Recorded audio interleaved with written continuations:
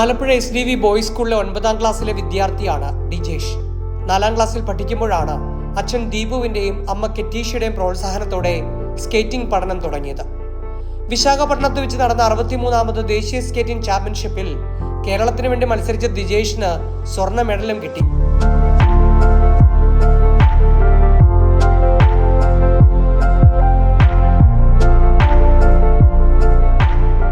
സ്കേറ്റിങ്ങിനോട് മാത്രമല്ല കേട്ടോ, ഡാൻസും വയലിനും കളരിയും ഡിജേഷ് പഠിക്കുന്നുണ്ട്.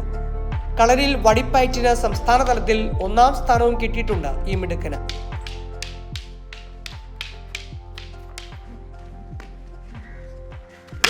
ഞാനിപ്പോൾ സ്കേറ്റിംഗ് പഠിക്കുന്നുണ്ട്, ഡാൻസ് പഠിക്കുന്നുണ്ട്, കളരി പഠിക്കുന്നുണ്ട്, പിന്നെ വയലിൻ പഠിക്കുന്നുണ്ട്.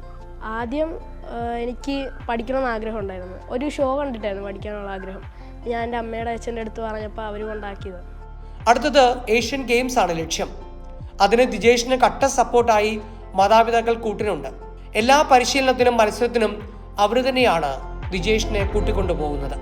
ഞാനാണ് അവന് ഫുൾ സപ്പോർട്ട് കൊടുക്കുന്നത്. അപ്പോൾ ഞാൻ പറയുന്നത് ഞാൻ ഇന്നൊക്കെ ചെയ്യുന്നുണ്ടല്ലോ, അപ്പോൾ നമുക്ക് സമയം കണ്ടെത്താൻ പറ്റും. എൻ്റെ ഒരു ആഗ്രഹമാണ് ഒരു ഏഷ്യൻ ഗെയിംസിലൊരു ഗോൾഡ് മെഡൽ, പിന്നെ ഒരു വേൾഡ് ഗെയിംസ് അറ്റൻഡ് ചെയ്യുക.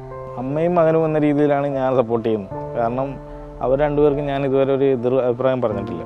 നല്ല ലെവലിൽ എത്തുമെന്ന് എനിക്ക് നല്ല വിശ്വാസമുണ്ട്. മനു ബാബുവിനൊപ്പം ഐപ്പു വള്ളികാടൻ, നമസ്കാരം.